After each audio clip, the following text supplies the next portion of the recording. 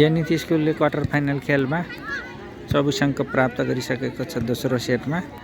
अब 1 अङ्क ल्याएर विजय हुनको लागि बाँकी छ भने अमर माविले अङ्क प्राप्त गर्नको लागि अझै 7 अङ्क ल्याउनु पर्ने हुन्छ।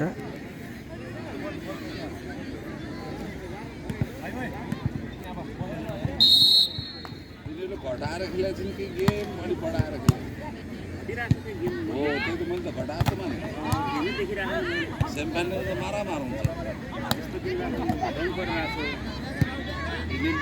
गेम घटाएर खेलेको एक अङ्क जोड्न सफल भएको छ अमर मावि। खेल अन्तिम चरणमा गएर रोचक भएको छ।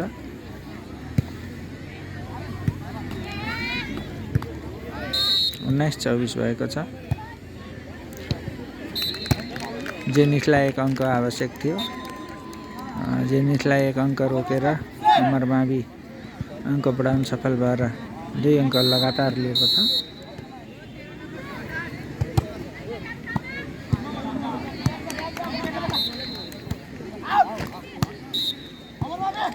अमर मावि फेरि 1 अङ्क जोडेर 21 अङ्क बनाउन सफल भयो।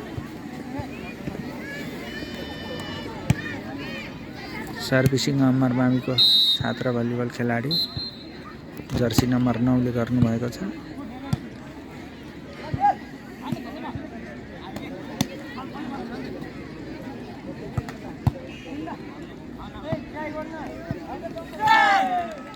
जेनिथ स्कुलले विजय हासिल गरेर पहिलो सेट पुरा गरेको छ।